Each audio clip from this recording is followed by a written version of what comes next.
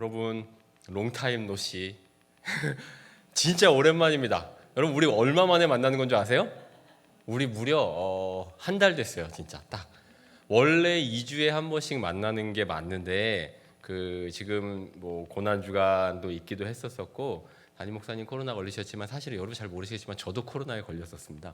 그래갖고 우리 교회 부흥회 하고 있는 그 주간에 저는 부흥회를 여기 와서 참석을 못하고 경주에서 제 방에서 이렇게 온라인으로 참석을 했었었고요.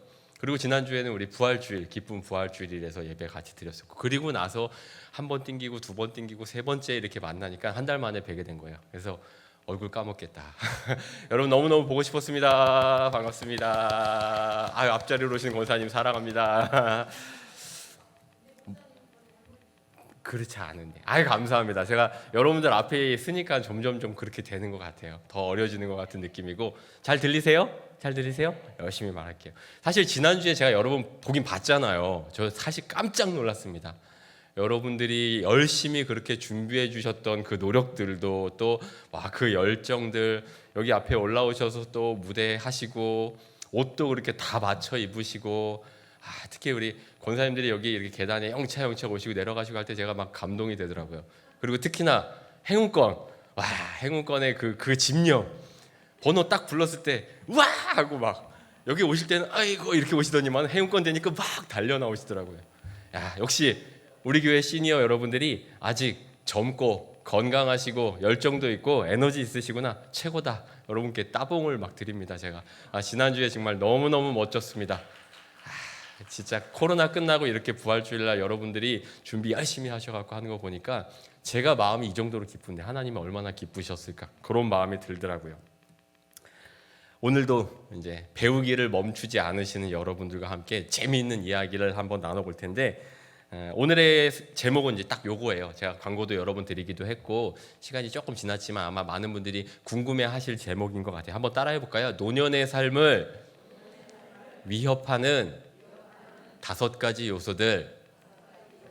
오늘은 이 강의를 시작하면서 한 사람을 먼저 소개를 해보도록 하겠습니다. 자, 1, 2, 3, 4강 우리 여기까지 일때 쭉 진행을 해왔었고요. 오늘 강의를 시작하면서 울리히 백이라고 하는 박사님이에요. 독일 사람이고 우리가 살아가는 사회의 여러 가지 현상들을 연구하고 그거를 이제 논문으로 발표하고 하는 사회학자입니다. 근데 이 울리히 백이라고 하는 박사님이 책을 한 권 썼어요. 근데 그 책의 제목이 바로 위험사회라는 책입니다. 위험사회. 이 책에서 울리히 이 박사님이 이런 이야기를 해요. 우리가 살아가는 현대 사회는 문명의 화산 위에서 살아가는 위험사회다. 여러분 화산 아시죠?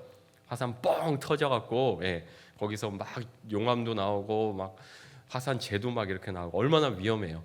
지금 일본의 화산이 터진다, 백두산이 터진다, 막 이런 얘기들 많이 있잖아요. 근데 현대 사회가 그런 화산 위에서 살아갈 만큼 위험한 세상이라는 거예요. 이 책에서 말하는 내용이 뭐냐면 과학이 엄청 발전했잖아요. 그래서 산업화가 이루어지고 좋은 기계들이 많이 생기면서 사람이 하지 못하는 일들이 기계가 하니까 엄청 많은 결과물들을 빨리 얻게 됐습니다. 그리고 과학은 계속 발전을 하죠. 그래서 얼마나 지금 사는 게 편리해졌습니까? 스마트폰도 생기고요. 교회 안 나와도 온라인으로 예배도 드릴 수 있고, 여러분들이 편리하게 타고 다니는 여러 가지 탈 것들도 다 과학 발전 덕분이잖아요.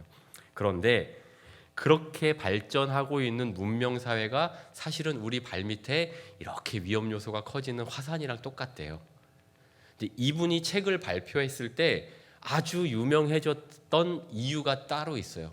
그게 뭐냐면 이 책을 1986년도에 썼는데 그 해에 큰 사건이 하나 일어납니다. 그 사건이 뭐냐 하면 바로 체르노빌, 구소련, 지금의 우크라이나의 지역인데요. 거기에 원자력 발전소였던 체르노빌이 무너졌습니다. 그래서 방사능이 유출이 됐어요. 그 일대가 다 폐허가 됐습니다. 심지어 지금도 저기는 사람이 살 수 없는 지역입니다. 방사능이라고 하는 거는 옛날 사회에는 없었어요. 근데 과학자들이 개발을 하고 이런 아주 신기한 방사능이라는 걸로 전기를 만들 수 있구나, 우리 요거를 한번 써보자 했는데 그게 이렇게 위험의 화산이 뻥 터져갖고 사람들을 괴롭힐 줄 몰랐었던 거예요. 이 책처럼 뜻하지 않는 사건 사고들로 이제 우리들이 삶이 위협을 받습니다. 사실 어떤 시대였든지 간에 사람들의 삶은 위험에 노출이 돼 있었어요. 행복하고 좋은 일들도 분명 많이 일어났지만 불행하고 원치 않는 사건 사고도 많이 일어났었습니다.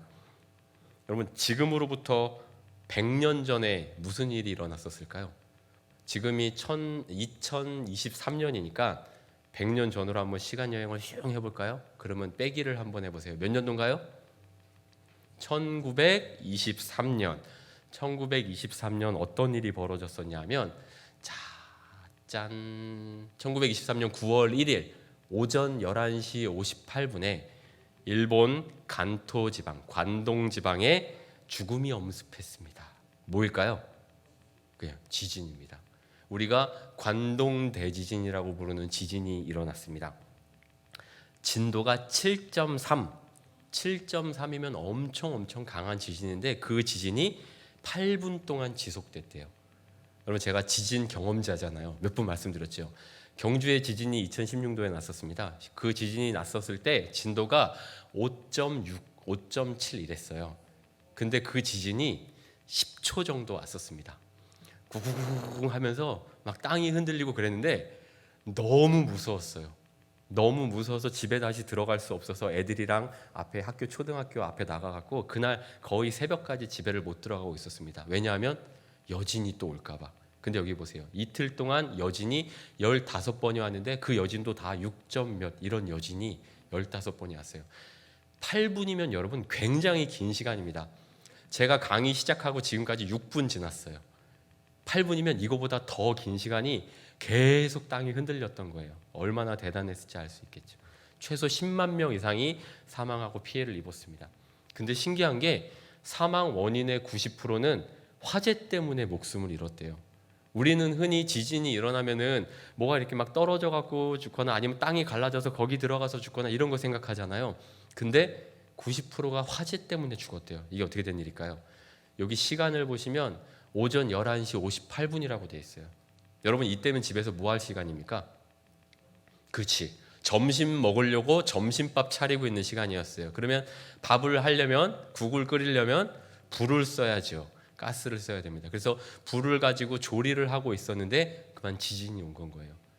근데 이 당시에 일본은 건물들을 다 나무로 지었어요. 목조로 지었고 지진이 났고 불을 쓰고 있었는데 아비규환이 되면서 그게 불이 옮겨 붙고 또 옮겨 붙고 한 거예요. 심지어 여기 제일 밑에 보시면 바로 전날 태풍이 지나갔어요. 그래서 태풍이 일본에 상륙했다가 태풍이 빠져나가는데 태풍이 빠져나가면 그쪽으로 바람이 휙 갑니다. 저기압이니까. 그래서 바람이 엄청 세게 불었던 거예요. 그래서 찾아보니까 그 당시에 일본 이 관동 지방을 묘사한 그림이 있더라고요. 그 그림이 이런 그림입니다. 이랬대요. 지진이 나서 다리도 건물도 다 엉망진창이 됐는데 지금 불밖에 안 보이죠. 불지옥이었던 거예요. 불교 세계관에서는 지옥 중에서 여러 지옥이 있습니다. 8개인가 9개인가 있는데요. 거기 아비지옥이 있고 규환지옥이 있어요. 다 불지옥입니다. 근데 말 그대로 아비규환인 건 거예요. 이런 일들이 벌어졌는데 일본 사람들도 이것 때문에 너무너무 심각한 피해를 많이 입었지만 정작 여기랑 상관이 없는 우리나라 조선도 피해를 입었습니다. 왜 그랬을까요? 일본의 매일신보라고 하는 신문에서 이런 기사를 냈어요. 조선인들이 폭동을 조장한다. 근데 이 신문 기사 때문에 경찰서에서 지침들이 하달이 됐어요. 폭동 때문에 지금 사회가 혼란한 틈을 타서 조선 사람들이 방화, 약탈을 일삼고 있으니 조심하라. 이런 이야기가 쭉 퍼졌나 봐요. 근데 아시죠? 말은 또 말을 낳고 합니다. 그래서 이 소문이 퍼졌는데 여러분 들어보신 것처럼 어떤 소문이 퍼지냐면 조선인들이 우물에다가 독을 풀었다. 또 심지어는 조선인들이 독이 들어있는 만두를 준다. 절대 먹지 말아라. 심지어 조선 사람들이 우리 일본에 지진이 나라고 저주를 퍼부었다. 또 어떤 만평해를 보니까 조선 사람들이 힘을 합쳐서 영차 해서 일본 열도를 밀어서 지진이 났대요. 그러니까 우리가 지금은 들으면 정말 웃음밖에 안 나오는 이런 얼토당토하는 이야기들이 그 당시에 일본 사람들의 마음속엔 들어가서 이게 조선인에 대한 증오가 됐어요. 그래서 자경단들이 활동을 합니다. 그래서 조선 사람들을 색출하기 시작해요. 그래서 유명한 말이 있죠. 성경에도 나오는 구별법인데 55전인가요? 그거를 발음을 해봐라. 그죠? 고젠 고전 막 이렇게 해갖고선 그 발음이 이상하다. 너 일본 사람 아니 조선 사람이지. 그럼 찔러 죽이는 건 거예요. 이런 식으로 살해를 당한 조선 사람들이 통계가 없어요. 왜냐하면 조사를 못했거든요. 근데 연구하는 사람들, 끝까지 남아서 연구했던 사람들이 보기에는 대략 6천 명 이상 죽었을 거라고 생각을 해요. 나중에 일본 정부가 공식적으로 발표한 숫자는 뭐 100명 조금 넘게, 뭐 200명 조금 넘게 그랬지만 실제로 그거보다 많은 사람들이 피해를 봤을 거다라는 이야기를 했었습니다. 자연재해는 어쩔 수 없는 재앙이지만 두려움에 사로잡혀갖고 사람들이 더 끔찍한 재앙을 일으킨 건 거예요. 100년 전에 이런 끔찍한 일들이 있었고요. 그 시간이 지나면 또 어땠을까요? 좋은 일들만 있었을까요? 1950년대 우리나라에는 6.25 전쟁이 일어납니다. 해방되고 나서 막 좋아하고 있었을 무렵에 6.25 전쟁이 발발하고 또 강제로 허리가 뚝 끊기는 휴전되고 나서 남북이 분단이 되죠. 1989년도에 무슨 일이 일어나는지 아세요? 저 옆 동네 백화점이 무너졌습니다. 이름이 삼풍백화점. 저도 학교에 있다가 뉴스 이렇게 속보 나오는 거 봤는데 저게 뭐지 싶었습니다. 그리고 1989년에 삼풍백화점 무너지고 이거 안전불감증이다 이런 얘기가 막 나왔는데 또 조금 지나서 1994년 요 건너에 있는 다리 하나가 무너졌습니다. 성수대교가 무너졌습니다. 그런 일들이 막 벌어졌어요. 그러다가 재작년, 그전년 2019년도에 마침내 무슨 일이 벌어집니까? 전 세계적으로 듣도 보도 못한 코로나19라고 하는 바이러스가 퍼져서 지금까지도 우리가 이렇게 마스크를 쓰고 또 많은 사람들이 예방접종을 맞아야 되고 심지어 또 우리 곁에 없는 사람들이 있기도 하고 그렇습니다. 끊임없이 이런 힘든 일들은 우리한테 다가와요. 어떻게 보면 인류의 역사라고 하는 게 끊임없는 사고와 시련의 반복이 아닌가 그런 생각도 듭니다. 그래서 오늘은 제가 이런 험한 세상 살면서 세상에 우리가 이렇게 매주 얼굴을 볼 수 있는 게 이게 얼마나 감사한 일이냐 싶더라고요. 감사하시죠? 이게 은혜예요. 이게 하나님의 은혜입니다.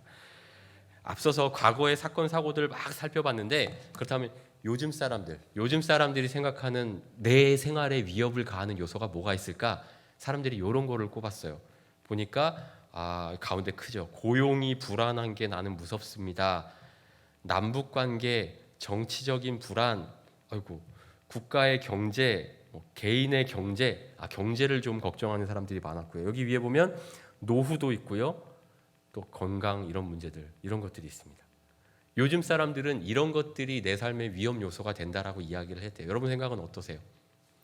제가 여러 어르신들을 옆에서 관찰하기도 했고 오래전부터 이런 문제에 관심이 있어서 책도 이렇게 보고 하면서 저 나름대로 많은 사람들이 걱정하고 있는 것들이 뭔지 이렇게 정리를 해보다가 정작 우리의 관심은 뭐예요?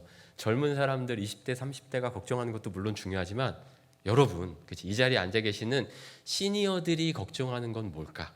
시니어들의 건강 혹은 삶을 위협하는 요소들은 도대체 뭘까? 그거를 정리를 한번 해봤거든요. 제가 막 여기에서 저만 얘기를 하면 너무 재미없으니까 이 시간에는 여러분들한테 질문을 좀 드리고 싶어요. 그래서 다른 때랑 제가 오늘은 칠판은 안 나눠드렸죠. 대신에 오늘은 여기 이렇게 한 4분 5분씩 3, 4, 앞뒤로 자리는 안 옮기셔도 돼요. 그냥 몸만 이렇게 트셔서 이야기를 한번 해보셨으면 좋겠어요. 내 삶을 위태롭게 만드는 위험한 요소가 나는 이거인 것 같아요. 그거를 한번 시간을 한 5분 정도 드릴 테니까 자유롭게 한 분만 너무 많이 얘기하지 마시고 정답이라는 게 없으니까요. 그냥 여러분 편하게 요거 좀 나는 요즘 많이 걱정을 합니다. 그런 것들을 한번 이야기를 좀 나눠보시면 좋을 것 같아요. 자, 우리 한 5분 동안 이렇게 3, 4, 5 모이셔갖고 이야기를 한번 좀 나누시면 좋겠습니다. 예. 네, 이제 조금 한번 정리를 해볼까요? 시간 되게 빨리 지나가죠. 제가 이렇게 지나가면서 이렇게 얘기 들어보니까 여러 가지 얘기들이 많이 나오네요. 막 건강에 대한 이야기들도 나오고요, 그죠? 질병에 대한 이야기 이런 것들도 나오고 경제에 대한 이야기 나오고 제가 잘 들은 건지 모르겠는데 일본의 아베 총리랑 기시다 이런 얘기도 나오네요. 테러 이런 게 위험하구나 생각하셨나 봐요, 그죠? 역시 우리 시니어 여러분들의 삶의 경험과 지혜가 제 수준을 넘어가시는 것 같습니다. 또 어떤 것들 이야기하셨나요? 뭐 질병, 그죠? 주로 많이 질병에 대해서, 죽음 이런 부분에 대해서. 좋은 생각, 그렇죠. 자꾸만 나쁜 생각 말고 좋은 생각들. 어이구, 오늘 강의할 거 다 나왔네요.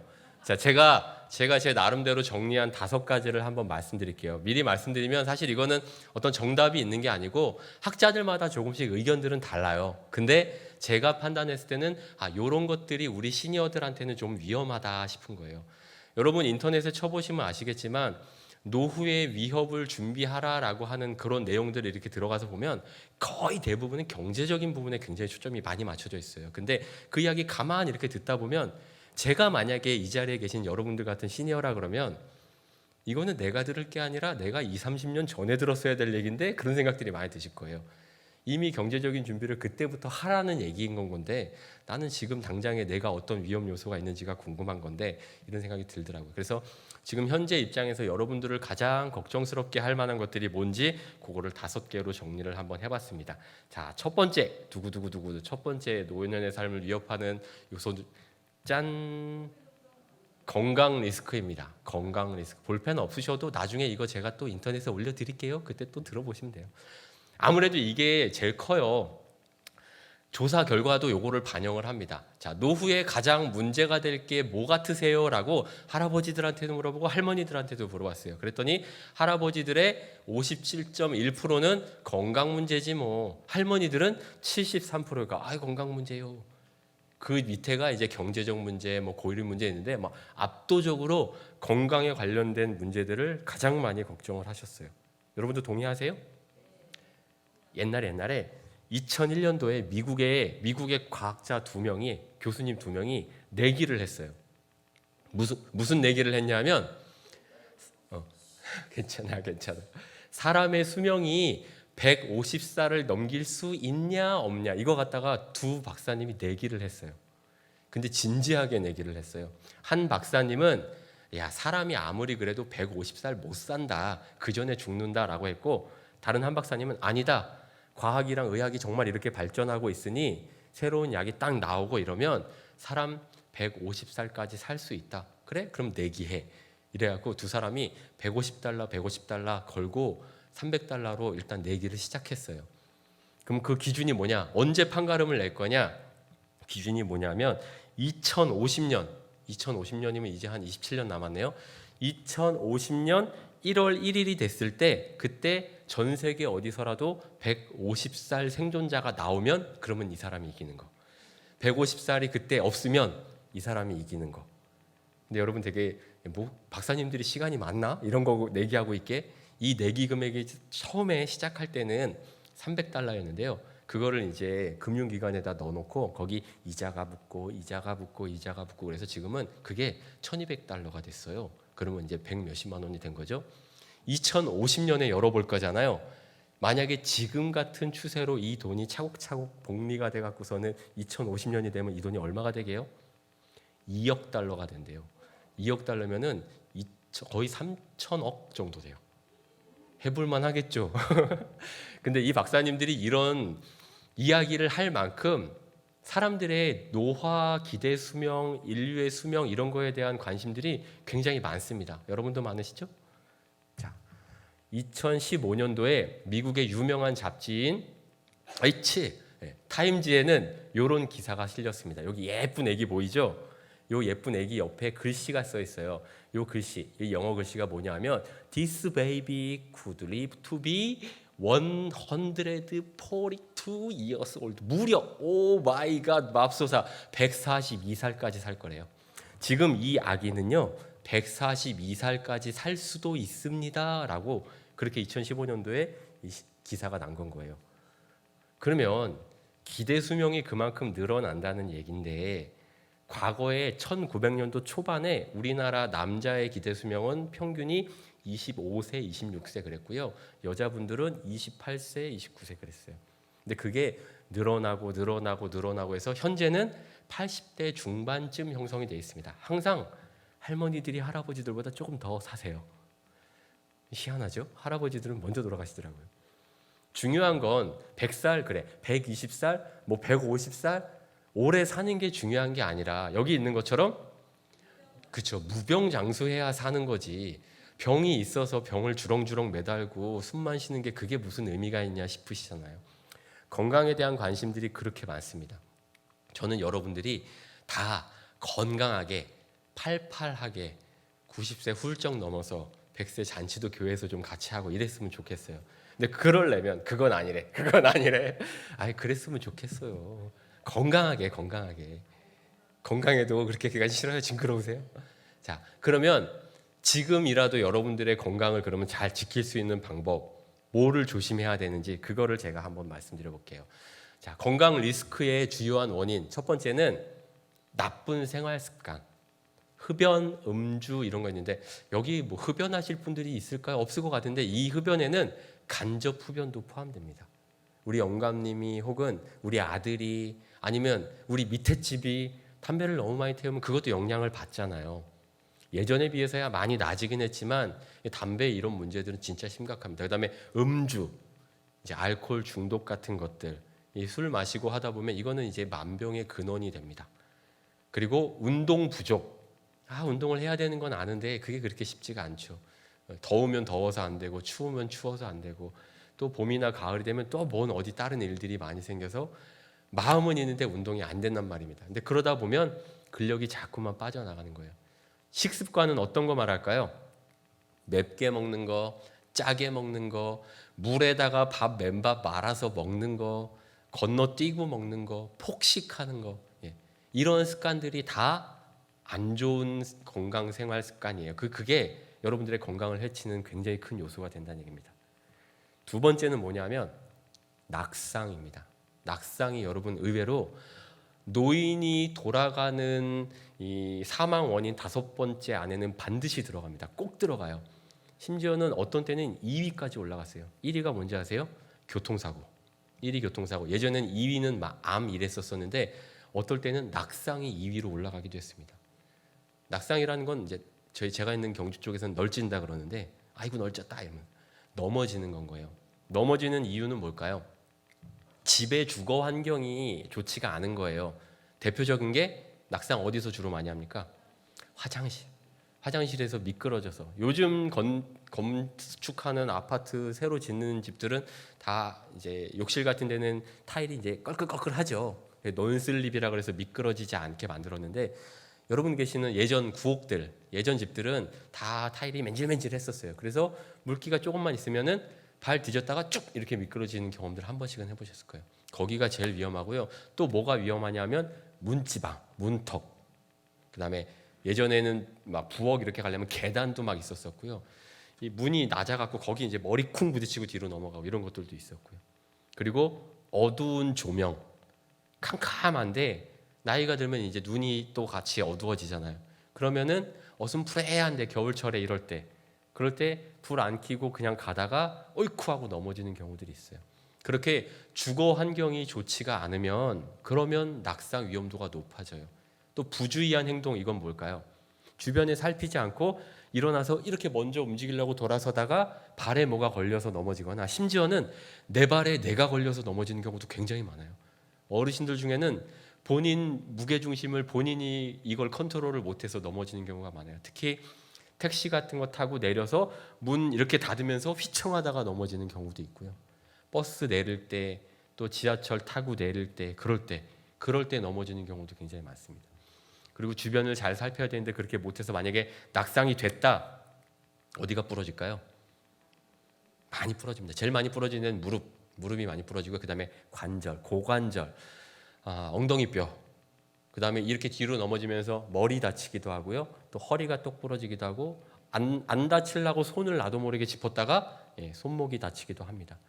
근데 어른이 되면 뼈가 잘 안 붙잖아요.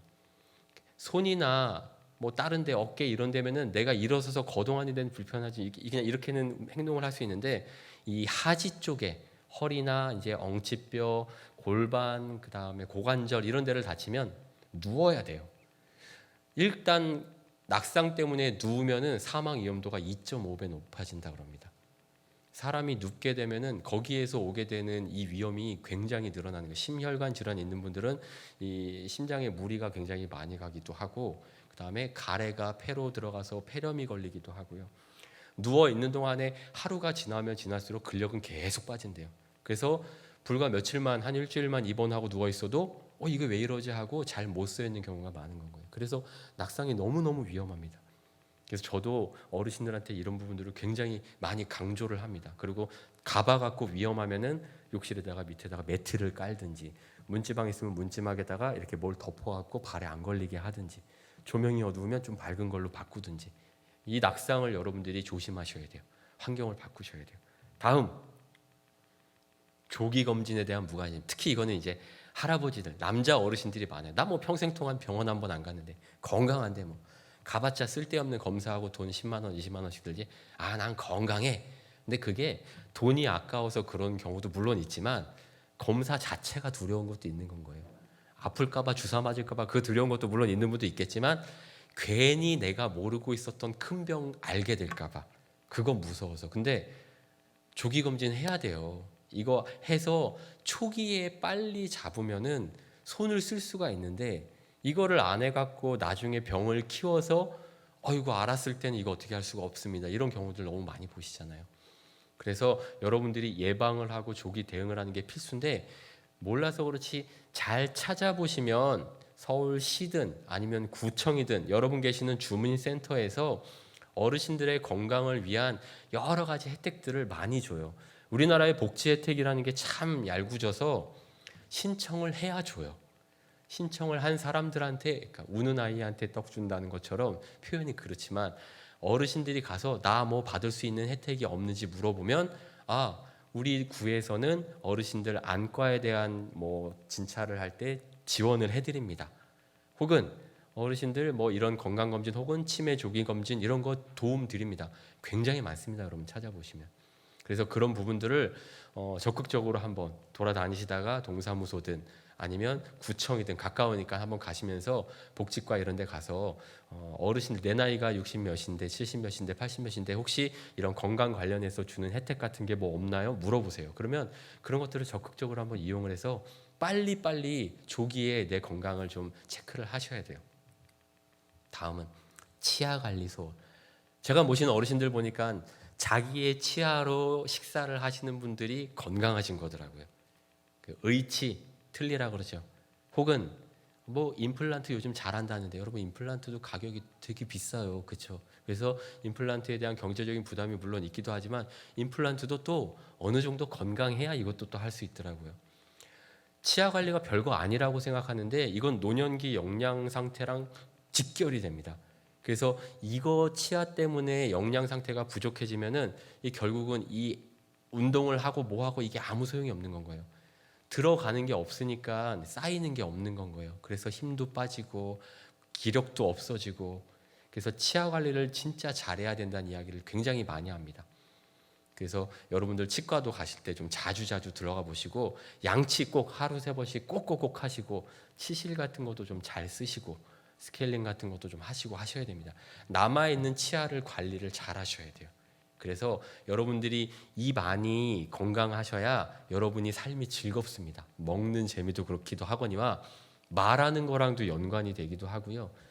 또 이거는 조금 다른 부분이긴 한데요. 입안에 마르기 시작하면 입냄새가 굉장히 많이 납니다. 그렇죠? 그러면 내 주변 사람들도 싫어해요. 예전 생각해 보면은 이상하게 할아버지 방 가면은 이상한 냄새가 났었어요. 근데 그게 입에서 내는 냄새가 있는 경우가 많아요. 그래서 구치라고 그러죠. 그런 것들도 사실은 양치를 잘하고 입 관리를 잘해야 되는 건 거예요. 마지막으로 치매. 뭐 건강에 대한 얘기하면 뭐 이게 1번이죠. 그죠? 근데 치매에 대해서는 너무들 궁금해하시고 너무들 무서워하시니까 이거는 제가 따로 떼서 특집으로 알려드릴 거예요. 그래서 8강에서, 우리 5강이거든요. 8강에서 아주 자세하게 여러분들이 두려워하지 않아도 될 오해들도 이야기 드리고, 어떻게 그러면 대비를 해야 되는지, 혹시나 내 주변에 있는 치매 있는 사람들 내가 어떻게 빨리 알아챌 수 있는지, 그리고 어떤 혜택들을 나라에서 받을 수 있는지 다 알려드릴게요. 자, 일단 1번은 건강 리스크였습니다. 두 번째, 여러분들의 삶을 위협하는 요소는 경제적인 리스크예요. 사람들이 걱정을 하고 있는 요소 1번은 건강인데 실제로 그러면 뭐 때문에 고통을 지금 받고 있나요? 그거를 조사해 봤더니 1번이 경제예요. 돈이 없어요. 힘들어요. 한국의 상대 빈곤율이 다른 나라랑 비교해 봤을 때, 특히 OECD는 이제 우리가 흔히 말하는 선진국들이거든요. 그 나라들에 비교해 봤을 때 몇 배나 높아요. 몇 배나. 한국이 압도적으로 노인의 빈곤율이 높아요. 가난한 노인이 많다는 얘기예요. 현실적으로 경제적인 어려움을 겪고 계십니까? 라고 어르신들한테 물어봤더니 5분 중에서 1분 이상이 어렵습니다. 힘듭니다. 라고 이야기를 했대요. 걱정이 앞으로 어떤 게 걱정되세요? 물어봤을 때는 건강이 1번이었는데 지금 어떤 것 때문에 힘드세요? 물어봤더니 건강이 2번으로 내려가고 경제가 첫 번째예요. 그래서 저축을 많이 해놓지 못한 것 때문에 지금 너무 힘듭니다. 연금으로만 살려니까 힘듭니다. 돈이 지금 없습니다.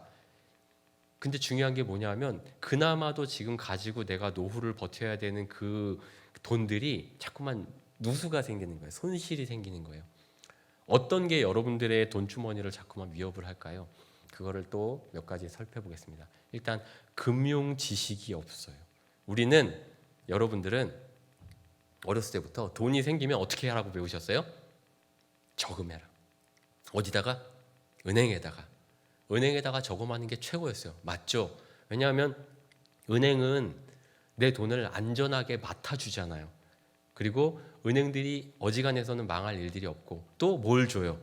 이자를 주잖아요. 한창 때 우리나라가 막 많이 성장을 할 때는 이자를 막 10%도 넘게 주니까 거기에다가 돈 넣어놓으면은 돈이 늘어나는 게 눈에 보였어요. 그러니까 적금 들고 하면은 금방 와, 돈 늘어난다. 이거로 집도 사고 차도 사고 애들 결혼도 시키고 했단 말이에요. 저금만 하면 된다 외에는 특별한 금융 지식이 필요가 없었어요. 근데 세상이 복잡해졌어요. 바뀌었어요. 그러다 보니까 금융에 대한 지식들이 지금 나는 없기 때문에 누가 어떤 어려운 얘기들을 조금만 하면 나 잘 모르겠는데 네가 잘하는 것 같으니까 알아서 해줘 하고 하면서 타인한테 돈 관리를 의존을 합니다. 잘 아는 것 같아 보이는 사람들한테 돈을 맡기는 건 거예요. 그러다 보니까 어떻게 됩니까? 각종 금융 사기들이 생깁니다. 보험 사기도 그렇고요. 이거 이번에 좋은 상품인데 여기다 넣으면 여러분들이 귀가 솔깃한 단어들이 있어요. 따박따박 이런 거. 월에 얼마씩 따박따박. 혹은 확실하게 100% 수익률 이런 이야기 들으면은 노후 대비하는데 그래도 지금 다달이 얼마라도 돈을 내가 매달 더 받을 수 있으면 연금 받는 거, 퇴직금 받는 거에 합쳐서 이 정도면 내가 어려움이 없겠지 하고 돈을 그쪽에다가 맡기는데 어떻게 돼요? 이 사람이 날아가 버린 잠적한다든가. 그렇게 되면은 한 번에 큰 돈을 잃어버리게 되는 거예요. 또 보이스 피싱. 이거 여러분 너무 걱정 많이 되시죠? 뭐 휴대폰에 문자 하나라도 올라치면 이걸 내가 눌러야 되는지 말아야 되는지. 그리고 심지어는 엄마 나도 모르고 벌써 눌러버렸네. 이거 어떡하지? 그 마음이 막 두근반 세근반 하시잖아요. 나쁜 사람들이에요 진짜. 어쩜 그럴까 그죠? 다른 사람들 돈을 그렇게 가져가는데 잘 모르는 어르신들 돈을 그렇게 가져간단 말이에요.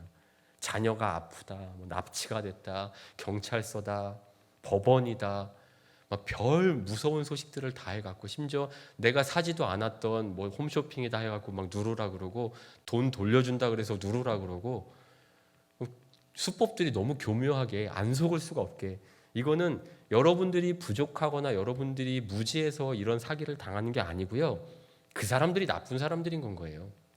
젊은 사람들도 깜빡깜빡 넘어가거든요. 그래서 교회도 그렇고요. 여러분들이 가는 모임들에서 이런 정보들을 좀 많이 나눠줘야 돼요. 이런 사례가 있다더라. 그러니까 보이스 피싱, 스팸 이런 거 건드리지 않게 조심하자. 문자나 카톡으로 뭐 왔을 때 함부로 열어보거나 눌러보지 말자. 의심스러우면은 주변에 있는 사람들이나 혹은 자녀분들에게라도 뭐 이런 거 왔는데 눌러도 되냐 한번 물어보고 확인하는 게 사실 제일 좋고 의심쩍으면 안 누르는 게 제일 좋죠. 그리고 이상한 전화 받아도 바로 돈을 어디다 보내거나 그런 거 절대 하시면 안 됩니다. 벌금 내라 막 이런 거 하시면 안 돼요. 그래서 이런 거 위험하다. 세 번째는 창업 실패. 자, 이게 2번에서 만약에 돈을 이렇게 하다가 잃어버렸어요. 그럼 마음이 또 급해진단 말입니다. 손실났던 이 돈을 내가 어떻게든 복구를 좀 해야 되겠다. 그리고 봤더니 누가 프랜차이즈 어떤 집을 해갖고 그거로 돈을 벌고 있대. 아, 나도 저거 하면 될까? 혼자서 가게를 차리는 건 위험하다 하니 조금이라도 안전한 거 해볼까 해서 뭐 편의점도 하시는 분도 있고 아이스크림 가게를 하는 분도 있고 또 통닭집을 예전에 참 많이도 하셨었고 빵집도 하고 많이 하신단 말이에요. 성공을 하면 너무너무 다행이에요. 근데 전문가들은 10분이 도전하면 1분 남고 9분은 실패한대요. 그래서 이 창업에 대한 리스크가 정말 큽니다. 사실 말은 안 하지만 자녀분들은 부모님이 은퇴를 하시고 나서 그 퇴직금을 가지고 나 이런 일 한번 새로 시작해 볼란다 하시면은 무서워요. 왜냐하면 우리 부모님은 믿지만 창업이라고 하는 게 그렇게 쉬운 게 아닌 걸 아니까 혹시나 그랬다가 그 노후에 그 종잣돈마저도 잃어버릴까 봐. 그래서 창업에 대한 성급한 시도는 굉장히 여러분들의 경제를 갉아먹는 위험한 요소입니다. 또 뭐가 있을까요? 물가 상승이라는 건요, 여러분이 아무것도 안 하고 가만히 지금 있어도 여러분을 위협하는 요소예요. 금리가 막 올라가요. 그러면 여러분 혹시 주택을 사셔서 은행에 빚이나 대출이 없다 그러면 다행인데, 혹시 은행에 대출이 남아있다면 가만히 있어도 통장에서 돈이 점점 많이 빠져나가는 거예요. 난 대출 없으니까 괜찮겠네요. 가만히 있어도 짜장면 값은 올라가고 달걀 값은 올라가고 팥값, 배추값은 올라가요. 그죠? 이거 한번 올라가면 잘 안 내려오잖아요. 물가는 계속 올라가기 때문에 돈을 주머니에 넣고 장판 밑에 넣어놓고 나면 10,000원의 가치가 그대로 있는 게 아니라 시간이 지나면 이거로 살 수 있는 게 쪼그라들어요. 옛날에 만 원으로 식구들 가갖고 짜장면 신나게 먹을 수 있었는데 지금은 10,000원 갖고 가면 짜장면 3그릇도 못 먹고 막 이렇게 되는 건 거예요. 네. 그러니까 가만히 있어도 가난해지는 게 물가 상승 때문에 그래요. 마지막은 뭘까요? 의료비, 병원 가는 돈, 약국 들어가는 돈. 사람이 일생 동안 지출하는 의료비 중에서 70% 이상은 시니어 기간에 쓴대요. 그렇잖아요. 젊을 때 어디가 갑자기 사고를 당하거나 부러지거나 아프거나 수술을 해야 돼서 그때 병원에 가고, 사실은 젊은 사람들이 그때부터 병원을 꾸준하게 다니진 않는데 어느 순간이 되면 집에 찬장에 선반에 서랍에 약봉지가 수북하게 쌓이기 시작합니다. 아, 저희 센터 어르신들 약 많이 드시는 분은 막 7, 8개씩 드셔요. 밥을 안 드셔도 저것만 드셔도 배부르겠다 싶을 만큼 약을 이만큼 드세요. 그만큼 병원을 가시는 건 거예요. 의료비는 점점 늘어날 수밖에 없어요. 그러니까 나는 지금까지 한 달에 요만큼만 돈을 썼다, 그것만 쓰실 거라고 생각하면 안 됩니다. 왜냐하면 의료비는 점점 늘어날 거니까.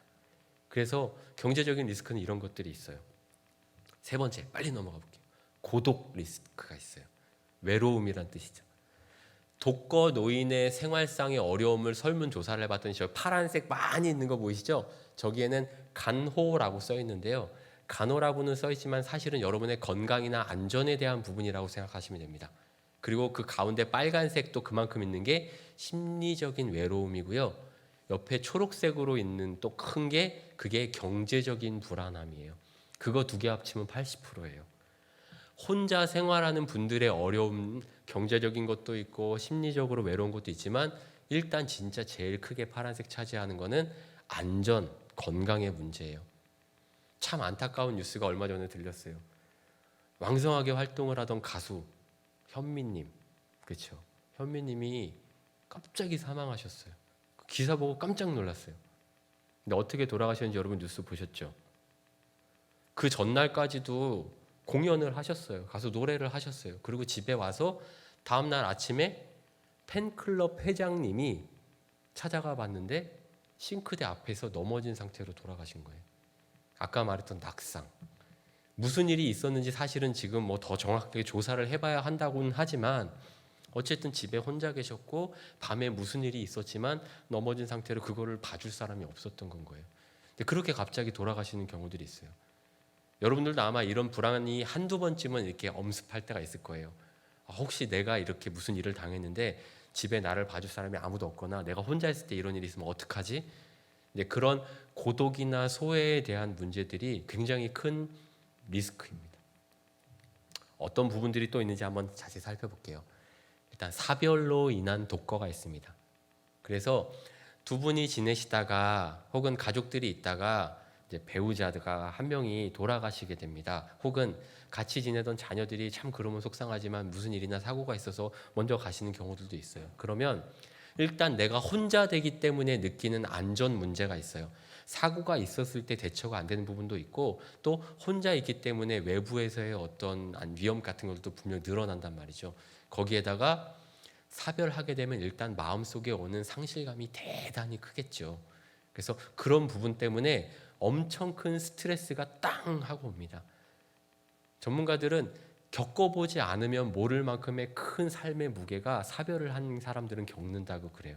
그래서 충분히 슬퍼할 시간들이 필요하기도 하지만 때로 그게 너무 심해버리면은 이 사람의 삶에 우울증이라는 무게를 짓누르게 됩니다. 혼자 있게 되면 뭐가 문제냐면 일상생활을 할 수 있는 능력이 사라져요. 이게 이제 무슨 얘기냐면, 예를 들어서 할아버지 할머니 두 분이 잘 지내셨어요. 근데 어느 날 할머니가 돌아가셨어요. 이 할아버지한테 닥치는 현실적인 문제는 뭐냐면 밥을 지어 먹을 수가 없어요. 밥솥을 어떻게 하는지, 찌개를 어떻게 끓이는지, 왜냐하면 평생 해본 적이 없으니까. 빨래를 어떻게 돌리는지를 몰라요. 세탁기가 해준다는 건 알지만 그거를 내가 어떻게 해야 돼, 뭘 어떻게 넣어야 되는지를 몰라요. 청소를 어떻게 하고 분리수거를 어떻게 해야 되는지를 모르는 건 거예요.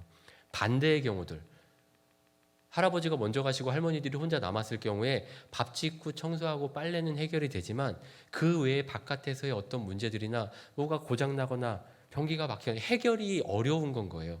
그런 일상생활들을 둘이 하다가 혼자가 할 때는 내가 그 부분에 대해서 배워놓지 않았던 부분들에 대한 리스크가 생기는 건 거예요. 우리 할아버지가 돈 관리는 다 했었어. 갑자기 돌아가셨어요. 나 아무것도 안 가르쳐주고. 그럼 어떻게 해요? 그런 게 걱정이 되는 건 거죠. 탤런트 김혜자 씨가 그런 얘기 하더라고요. 남편이 이제 병이 걸려서 이제 병상에 있고 곧 돌아가실 것 같은데 푸념처럼 걱정을 이렇게 했다는 건 거예요. 아이고, 자기가 먼저 가고 나면 주변에 사람들 죽고 이래서 내가 장례식장을 가야 될 때 봉투 들고 가잖아요. 거기에 이제 부의, 조의 이거 이제 써갖고 가잖아요. 요즘에야 봉투가 다 있긴 하지만 옛날에 써서 줬으니까. 남편이 그거 늘 써서 줬대요. 거기다가 한자로. 나는 그거 못 쓰니까 죽기 전에 많이 좀 써주고 가, 이랬대요. 자기가 너무 철이 없었다고 그러면서 그거를 남편이 이만큼 써주고 갔대요. 그런 얘기도 들으면서 아, 그렇구나. 되게 사소한 거 하나 생각지도 못했던 부분인데 한 사람이 가고 나면 다른 사람이 그거를 못하게 되는 일이 생기겠구나 하는 생각이 들었어요. 다음은 또 뭐가 있을까요? 주위에 대한 무관심이에요. 이거는 요즘 말로 하면 이제 아웃사이더라 그러는데 내가 스스로 고독을 자처하는 거예요. 그래서 다른 사람들이 나 안부를 물어보거나 접근을 하는 것도 그냥 싫고 나 혼자 내버려도 하는데 이게 좋지가 않습니다. 하나님이 아담을 만드시고 하와를 만드실 때 성경은 뭐라고 있었냐면 사람이 혼자 지내는 것이 좋지 않아 보여서 하와를 만드셨다 그랬어요. 사람이 혼자 있는 건 하나님이 별로 좋아하지 않으신대요. 근데 난 혼자 있을 거야, 내버려도 이렇게 하는 게 결국은 어느 일정 시간만큼은 나 자신을 발견하는데 자아 성찰의 시간을 갖고 왔는데 도움이 될지 모르지만 결국 고독은 본인에게 독이 돼요. 그래서 큰 죄를 지은 사람들은 감옥에 가고요. 감옥 안에서도 더 큰 죄를 지은 사람들은 어디로 가요? 독방으로 가요. 독방, 아무도 없는 방에. 그게 굉장히 큰 벌인 건 거예요. 죄수들도 무서워한대요. 독방에 가는 거. 그게 외로운 거, 무서운 거니까. 근데 그럼에도 불구하고요. 야, 이건 어려운 말입니다. 따삐빠. 이게 뭐냐면 따지고 삐지고 빠지고예요. 한번 따라해 볼까요? 따지고 삐지고 빠지고. 네. 이 세 가지가 시니어의 위험이에요. 뭘 어디를 가면 자꾸만 그 왜 그렇게 하느냐 하고 따지는 건 거예요. 근데 그렇게 자꾸 따지다 보면은 마음이 상해. 왜냐하면 내 말을 들은 사람들은 그게 아니라고 나한테 또 반대로 설득을 할 테니까. 근데 내가 들어보면 얼토당토 않죠. 내 생각에는, 나 때는, 내 경험에는 그게 아니니까. 그 또 막 싸워요. 그러다 보면 마음이 상해. 삐져. 에이, 안 보고 말지. 그리고 모임에서 빠져요. 구역 모임에 갔는데 누가 마음에 안 들어. 그래서 좀 이렇게 하다가 에이, 안 보고 말지. 안 나가. 교회 갔는데 이 사람 보기 싫어. 아이, 교회 안 나가. 그리고 막 노인대학 이런데 막 지역 사람들을 또 동네 반상에 모인 경로당, 복지관 갔는데 마음에 안 드는 누가 있어요. 그럼 막 따져보다가 삐지고 안 나가. 빠져. 그럼 누구만 손해예요? 나만 손해요. 나만 손해. 여러분 절대 따삐빠 하시면 안 됩니다. 이게 고동 리스크예요. 또 무력감 리스크라는 게 있어요. 아까 이제 말씀하신 거예요. 이거 너무너무 중요한 거예요. 전문가들은 이거 잘 얘기 안 하더라고요. 근데 제가 보니까 중요해요. 노인 우울증이라는 게 있어요. 글씨가 작은데 제가 한번 불러드릴게요. 이 중에서 혹시 나는 몇 가지나 해당되는지 한번 손가락으로 곰곰 한번 세보세요. 우울한 기분이 든다. 흥미나 즐거운 게 하나도 없다. 뭐 재밌는 일이 없다. 그 다음에 식욕이 없다. 잠이 안 온다. 생각과 행동이 느려지거나 혹은 초조한 마음이 자꾸만 든다. 그다음에 자꾸 피로하다. 그 다음에 나는 쓸모가 없는 것 같이 느껴진다. 혹은 자꾸만 죄책감이 든다. 아니면 집중력이 자꾸만 떨어진다. 아니면 죽고 싶은 생각이 자꾸 든다. 이 9가지인데 이 중에서 5가지가 나타나면 그 증상이 2주 동안이나 계속되면 우울증이래요. 우울증. 무력감 리스크의 원인들을 한번 꼽아봤어요. 1번은 후회입니다. 후회는 껄이에요. 그랬으면 좋았을 걸. 거기서 이렇게 할 걸, 저렇게 할 걸. 과거의 선택에 대한 미련이 있고요. 그 미련을 생각하다 보면 결국 끝에 남는 건 자책이에요. 나 왜 그렇게 못했지? 내가 그때 왜 그 선택을 했지? 내가 왜 그때 이걸 샀지? 내가 왜 그때 그 사람이랑 싸웠지? 내가 왜 이런 말을 했지? 내가 왜 이 영감이랑 결혼했지? 이런 거. 그죠? 그런 자책이나 후회 같은 것들이 막 남고 그러면 사람이 자꾸만 다운이 돼요. 그 다음이 뭐냐면 용서를 하지 못해요. 근데 그 용서가 두 방향이에요. 하나는 다른 사람을 용서를 못해요. 내가 저 사람은 절대로 용서를 못해. 그리고 내 마음에 미움이 계속 남아있어요. 그 때로는 그 손가락이 나 스스로에게 후회를 하거나 자책을 하다 보니까 스스로 어떻게 해요? 이 바보 멍충이 나 같은 건 아이고 이러면서 막 자책을 하는 건 거예요. 나한테 화가 나는 건 거예요. 내가 나를 용서를 못하는 거예요. 근데 그렇게 되면 마음에 병이 드는 거예요. 그 다음에 자그마한 성취가 없는 삶이에요. 자그마한 성취라는 게 뭐 대단한 걸 만드는 게 아니에요. 오늘 아침에 몇 시에 일어나야지, 새벽 예배 가야지, 이번 주간은 특별 새벽 기도에 내가 꼭 참석해야지, 금요일은 기도하는 날이니까 금요일을 가야지, 화분에다가 오늘 물을 줘야지, 오늘은 노인대학에 나가서 운동을 한번 해야지, 마트에 가서 요거 사야지. 내가 오늘 하려고 마음먹었었던 작은 것들을 해내는 성취가 있어야 되는데 그런 게 없는 거예요. 왜 안 할까요?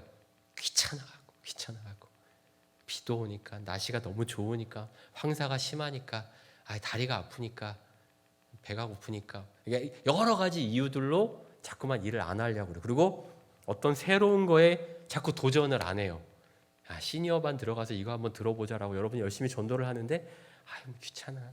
그거 들으면 또 까먹을 텐데 뭐 안 해. 도전을 안 하는 건 거예요. 근데 그렇게 자그마한 성취가 없는 삶들이 무력감을 줘요, 사람한테. 그 다음에 감사가 없는 삶. 이게 엄청 중요합니다. 감사가 없으면 그 자리에 반드시 뭐가 들어오냐면 불평하고 불만이 들어와요. 그리고 남 탓을 자꾸 해요. 그리고 환경 탓을 해요. 나는 잘할 수 있었는데 쟤 때문에, 저 사람 때문에, 이것 때문에, 내 자녀 때문에, 여러 가지 이유 때문에 감사가 안 나오고 자꾸만 불평 불만을 해요. 그러면 이제 어르신들이, 젊은 사람들이 제일 싫어하는 말들 많이 하죠. 나 때는 말이야, 막년에는 말이야, 자꾸 그런 얘기를 하는 건 거예요. 그 얘기 속에는 감사가 없어요. 근데 여러분들의 삶에 감사가 없으면은 점점 이상하게 풍선에 바람 빠지는 것처럼 이렇게 쫙 쭈그라드는 그런 느낌이 듭니다. 바닥으로 쫙 가라앉고 점점 어두워지는 그런 느낌들이 들어요. 자, 이제 거의 다 왔습니다. 우와, 5번째 리스크는요, 상상도 못하셨죠? 배우자와 자녀 리스크예요. 네? 지금 내 옆에 있는 이 사람이 리스크라고요? 위험 요소라고요? 눈에 넣어도 아프지 않을 내 든든한 자식이 리스크라고요? 그렇대요. 여러분, 이 그림 보시면 어떤 생각 나세요? 현장에서 많이 쓰는 단어 중에는 노노 케어라는 말이 있습니다. 노인이 노인을 케어하는 거예요. 저기 보시면 할머니가 지금 아파갖고 침대에 누워 있는데 할아버지가 돌봐주고 있어요. 근데 할아버지도 몸이 어때요? 다리를 달달달달달 떨고 있어요. 할아버지도 등급을 받으셔야 되는 건가요? 근데 할머니를 돌보고 있어요. 부부가 서로를 돌봐주는 이런 일들, 혹은 어머님, 아버님이 90세, 100세면은요, 자녀가 70세, 80세예요. 그러면 이게 참 힘들어요. 어떤 경우에는요, 몸이 아파갖고 병상에 누워있는 분 간호를 하다가 멀쩡했던 간호하던 분이 먼저 돌아가시는 경우가 있어요. 심지어는 이 간호를 하다가 이 원래 먼저 아프셨던 분이 돌아가시고 나서 그 자리에 이분이 바로 눕는 경우도 있어요. 복구가 안 되는 건 거예요. 허리 다치고 손, 발 다 다치고. 그래서 노노 케어라는 말이 어떤 데에서는 아직 기운이 있는 어르신들께 힘든 어르신들을 도와드리는 새로운 사회 사업처럼 여겨지기도 하는데, 그 말은 사실은 서글퍼요. 어르신이 어르신을 케어를 하는 거예요. 부부가 서로를 의지해서 서로 의좋게 일생의 마지막까지 살아갈 수 있으면 최고, 너무 좋아요. 그것만큼 좋은 게 없어요. 늙으면은 내 등 긁어줄 사람밖에 없다 그러잖아요. 그죠? 자식도 다 필요 없고 영감이 최고야. 뭘 아무것도 못해도 집에만 있는 게 최고야. 이 얘기가 괜히 나오는 게 아니잖아요. 그런데 할아버지 할머니들이 사이가 서로 안 좋고 부부 사이에 미움이 있고 원망이 있고 다툼이 있어서 내가 막내만 결혼시키고 나면은 도장 꼭 찍는다. 이게 뭐예요? 황혼 이혼이에요. 이게 웃을 말이 아닌 게, 일본에서는 나리타 이혼이라는 게 있었어요. 유행했었어요. 그게 뭐냐면, 나리타에 뭐가 있냐면 공항이 있거든요. 그 공항에서 첫째 아들, 둘째 아들, 그다음에 딸, 막내 아들 이제 결혼해갖고 신혼여행 보내는 거야. 잘 다녀와, 즐겁게. 그리고 비행기가 슉 올라가세요. 봤어. 비행기가 이제 안 보여. 그럼 돌아서서 남편한테 찍어 도장. 거기서 도장 찍는 거예요. 내보내는 거예요. 과거에는 아주 권위적인 아버님들이 많으셨으니까 이분들이 집에 나가 이제 밖에 나가고서는 돈을 열심히 벌어오시면 이제 월급 봉투 딱 이렇게 들고 와갖고 이거 갖다가 뭐 애들 밥도 먹고 뭐 학교도 보내고 뭐 합시다. 그러면 이렇게 입원하시는 거죠. 그리고 애들한테 이리 와봐라. 그래서 또 한두 마디씩 하고. 아버지의 권위가 왕이었었어요. 근데 그 아버지가 점점 나이가 들면서 어떻게 해요? 직장에서 은퇴를 해요. 그러면 은퇴를 하면 한동안 집에 없었던 이 양반이 어느 순간 집에 들어와 있는단 말이에요.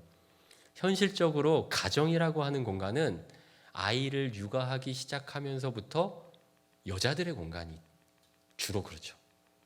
다 어머님들이 주방이고 거실이고 방이고 내가 생활하기 편하고 일하기 편하게 그렇게 갖고 놓는단 말이에요. 그런데 남편들은 내 집이니까, 내 돈으로 내가 산 내 집이니까, 기여도가 있으니까 은퇴하면은 집에 들어와 갖고 왕처럼 또 지내고 싶어 한단 말이에요. 근데 어머님들 입장에서 봤을 때는 내가 갖고 놓은 수십 년 동안 내 공간이라고 했던 공간에 이 양반이 들어와서 주인 행사를 한단 말이죠. 꼴 보기가 싫은 건 거죠. 그러면서 삼시세끼를 집에서 밥을 다 먹고 밖에 안 나가고 자꾸만 애들한테 잔소리나 하고, 그러니까 보기가 싫고 가만히 보니까 힘도 점점 없어지고 만만하거든요. 이제 나가라. 이제 그런 게 일본에 많이 있었대요. 근데 우리나라에도 황혼 이혼들은 늘어난다 그래요.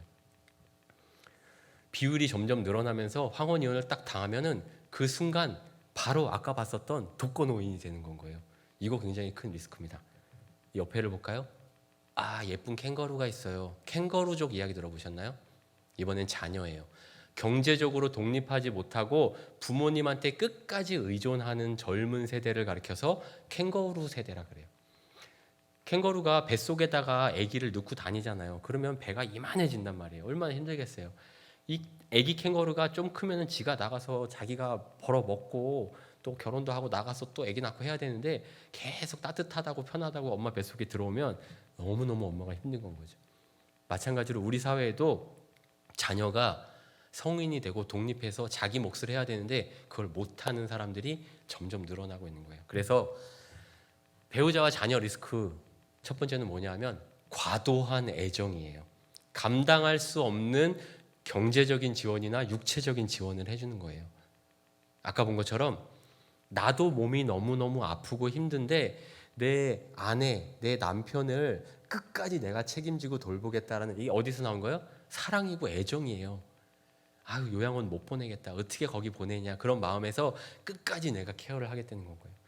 근데 실제 시설이나 이런 쪽 서비스를 하는 입장에서 보면 그럴 때 너무 안타까워요. 빨리 전문가의 도움을 받으시면 어르신도 좋은 시설에서 좋은 서비스를 받으셔서 건강에 좀 도움이 되고 또 보호자도 어느 정도 숨 쉬시면서 자기 건강도 챙기실 수가 있는데 요양원에 가면은 이게 못 나오는 거 아니야? 뉴스에서 너무 이제 나쁜 소식들이 많이 들리고 하니까 또 본인이 완강하게 거부하니까 알았어 요양원 절대 안 보낼게 이러면서 마지막 순간까지 내가 케어를 하다가 나도 같이 병이 드는 거예요. 반대로 자녀가 아버님 제가 이번에 어떻게든 한번 사업을 해보려고 하는데 확실한 거니까 좀 도와주십시오. 그래서 아버님 어머님한테 이제 돈을 달라 그러면 처음에는 안 된다 이거는 엄마 아빠랑 이제 살아야 될 돈이니까 이건 건드리면 안 된다 하다가 막 아들이 어느 날 막 술 먹고 와갖고 막 눈물을 막 흘리면서 왜 아들을 이렇게 도와주지 않느냐 막 얘기를 하고 하면은 마음이 약해지잖아요. 또 그러면 또 그런 마음에 안 줄 수가 없어요. 그럼 돈 이렇게 퉁 떼주다 보면 그게 또 위험한 건 거예요. 그런 과도한 애정이 있고요. 반대로 이번에는 역할이 바뀌는 거예요. 과도한 의존. 여러분이 배우자한테 과도하게 의존하는 거예요. 혹은 여러분이 여러분의 자녀들한테 너무너무 많이 의존을 하는 거예요. 이것도 굉장히 큰 문제입니다. 왜냐하면 자녀들이랑 너무 많이 의존해서 가까이 지내다 보면 그럴 마음은 아니지만 부모 눈에 보이는 건 자녀의 미숙함이라 걱정되는 마음에 자꾸만 이렇게 간섭을 하고 훈수를 두게 돼요.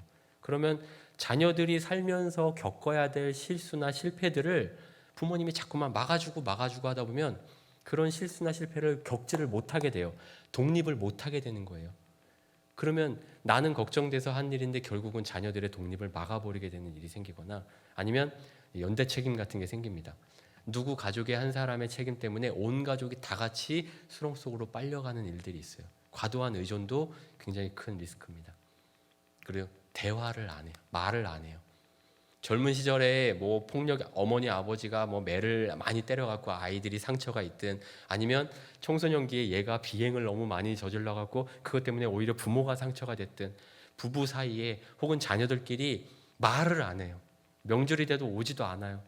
그렇게 대화가 단절이 되면서 세대의 차이가 생기고 돌아가시는 그 순간까지 가족 안에 있는 상처를 회복을 못해요. 벽을 허물지를 못해요. 그리고 끝까지 용서가 되지 않아요. 그렇게 되면은 이게 큰 위험 요소가 됩니다. 뭐랑 연결이 되냐면 준비가 없는 이별을 맞게 되는 거예요.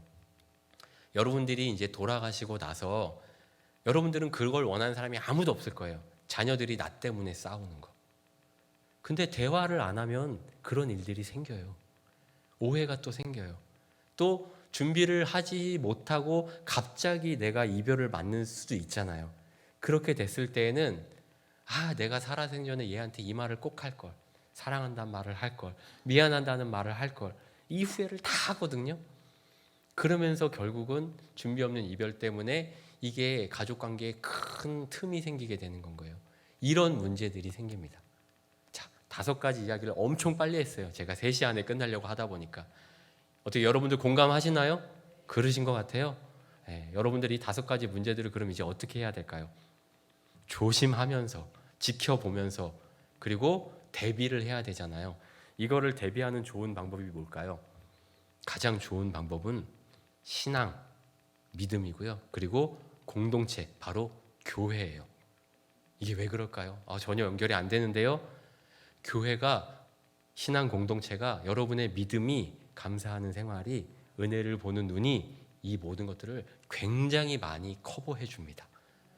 이게 과학적으로도 심지어 증명이 됐어요. 그래서 다음 시간에 제가 이 얘기를 할 거예요. 흐름이 너무 자연스럽죠. 다음 시간에 안 오면 안 되겠죠. 꼭 와야 되겠죠. 세상 사람들이 말하는 노후 대비와 우리 크리스찬의 노후 대비가 어느 지점이 다른지에 대해서 설명을 드릴게요. 그래서 오늘 배웠던 이야기가 사실은 1부고 다음 주 2부를 꼭 들으셔야 돼요. 그래서 내가 왜 믿음 생활을 잘해야 되고 내가 왜 교회 생활에 빠지지 말아야 되는지 그 이야기를 한번 들려드리도록 하겠습니다. 이 시간에는 제일 처음 해봤었던 이 아저씨의 얘기를 한번 해보려고 그래요. 현대사회가 문명의 화산 위에서 살아가는 위험 사회라고 책을 썼다 그랬어요. 저기에 있는 저 위험을 젊은 사람들한테 저 위험은 영어로 뭘까요? 라고 물으면 10명 중에 8명, 9명은 덴저 이렇게 얘기할 거예요. 덴저가 뭐냐 하면 공사장 지나갈 때 위험 이렇게 써 있는 거 있잖아요. 그게 덴저예요. 여기는 위험합니다. 근데 여기에서 말하는 위험은 덴저를 쓰지 않았어요. 리스크라고 하는 말을 썼어요. 제가 노후 위협되는 요소들을 다 덴저라고 안 하고 리스크라고 표현을 했어요. 리스크라는 말은 사실은 위험이라는 뜻도 일부 있긴 하지만 학자들은 불확실성이라고 얘기를 해요. 확실하지 않은 거. 이 세상에 위험한 것도 너무 많고요. 확실하지 않은 것도 너무 많아요. 오직 확실한 건 뭐예요? 하나님 한 분만 확실하세요. 그분만 우리에게 위험으로부터 우리를 막아주시기도 하고 또 그분만이 변함이 없이 우리를 사랑해 주세요. 확실한 건 주님 한 분뿐이세요. 그래서 결국 오늘의 마침 고백은 요거예요. 모든 것이 하나님의 은혜입니다. 우리 같이 한번 한 목소리로 외쳐볼까요? 시작! 모든 것이 하나님의 은혜입니다. 아멘. 그래서 이 시간에 같이 한번 기도해 볼 거예요. 오늘 계속 제가 들려드렸었던 노래가 사실은 이 은혜라는 곡이에요. 그래서 하나님께서 모든 것 베풀어 주셨습니다. 이 모든 게 다 하나님의 은혜입니다. 그래서 이 시간 잠시 하나님께 내가 이때까지 살아올 수 있었던 것, 이 모든 것 하나님의 은혜임을 내가 기억할 테니 하나님 나의 남아있는 이 생에도 동행해 주시고 인도해 주십시오. 그리고 여기에 있는 모든 시니어들도 그 하나님의 은혜를 받아 누리기에 부족함이 없는 나의 동역자들이요 또 나의 동료가 될 수 있게 해주십시오. 같이 한 목소리로 잠시 기도하도록 하겠습니다. 사랑의 아버지 하나님, 지금까지 지내온 모든 것이 주님의 은혜임을 고백합니다. 한순간 한순간 돌아보면 위험한 일도 정말 많았고 또 아찔한 순간들도 있었습니다. 그 모든 순간들에서 나를 안으시고 구하시고 나의 뒤에서 나의 앞에서 때로는 나의 옆에서 같이 걸어주셨던 주님을 이 시간 기억합니다. 나뿐만 아니라 또 나의 남편, 또 나의 부인, 또 나의 부모님과 나의 자녀들 그 모두를 주님께서 눈동자같이 지키시고 날개 아래 품으셨습니다. 때로는 험한 일을 당하게 한 것 그마저도 하나님의 은혜였음을 이 시간 고백합니다. 하나님, 하나님의 은혜를 신뢰하며 남아있는 여생을 주님께 맡겨오니 주님, 저희의 삶을 주님께서 친히 이끌어 주시옵소서. 주님과 손잡고 동행하는 저희가 되게 하여 주시옵소서. 의심치 않고 또 하나님께 날마다 감사하며 살아가는 우리가 되게 하여 주시옵소서. 아버지 하나님, 이 시간 우리 동안의 시니어들이 날마다 함께 모여서 주님께 기도하며 우리 동안교회를 뿐만 아니라 우리 한국교회가 또 이 사회가 하나님 보시기에 아름다운 제2의 부흥을 이루기를 소망하며 기도하오니 아버지 하나님, 다음번 부흥이 우리 노년 세대, 시니어 세대를 통하여 일어나게 하여 주시옵소서. 우리 교회에 함께 하여 주시옵소서. 한 사람 한 사람을 도와주시옵소서. 사랑이 많으신 주님, 언제나 주님뿐입니다. 주님이 우리를 가장 잘 아시고 주님이 우리를 또 끝까지 인도하여 주실 거라 우리가 그렇게 배웠습니다. 백발이 되어도 내가 안을 거라고 또 내가 지킬 거라 말씀하신 주님의 말씀을 다시금 기억하며 세상으로 나아갑니다. 한 주일 동안 하나님의 위로 속에서 살게 하시고 하나님의 품 안에서 안전하게 지내게 하여 주시옵소서. 우리를 만나는 많은 이들에게 그 복음을 전하며 하나님의 은혜를 담대하게 선포하는 복음의 전달자들이 또한 되게 하여 주시옵소서. 몸이 아픈 이들을 주님께서 위로하시며 또 말할 수 없는 어려움과 경제적인 문제로 탄식하고 있는 우리 시니어 가족들을 주님께서 또한 돌봐 주시옵소서. 사랑이 많으신 예수님의 이름으로 감사하며 기도드립니다. 아멘. 오늘도 너무너무 수고하셨습니다. 감사합니다, 여러분. 다음 시간 5강부터 10강까지 들을 것들이 이렇게 많이 남아있고요. 제가 지난번 강의는 사실은 교회 유튜브에다가 못 올렸어요. 아직까지 코로나 걸리는 바람에 얼른 정리해서 지난번 거랑 요번 거랑 같이 이번 주간에 교회 유튜브에다 올려놓을 테니까 한번 다시 들어보시면서 아 맞아 이런 얘기 했었지 복습하시면 좋겠습니다. 돌아가시는 길 안전하게 조심해서 돌아가세요. 다음 주에도 뵙겠습니다. 감사합니다.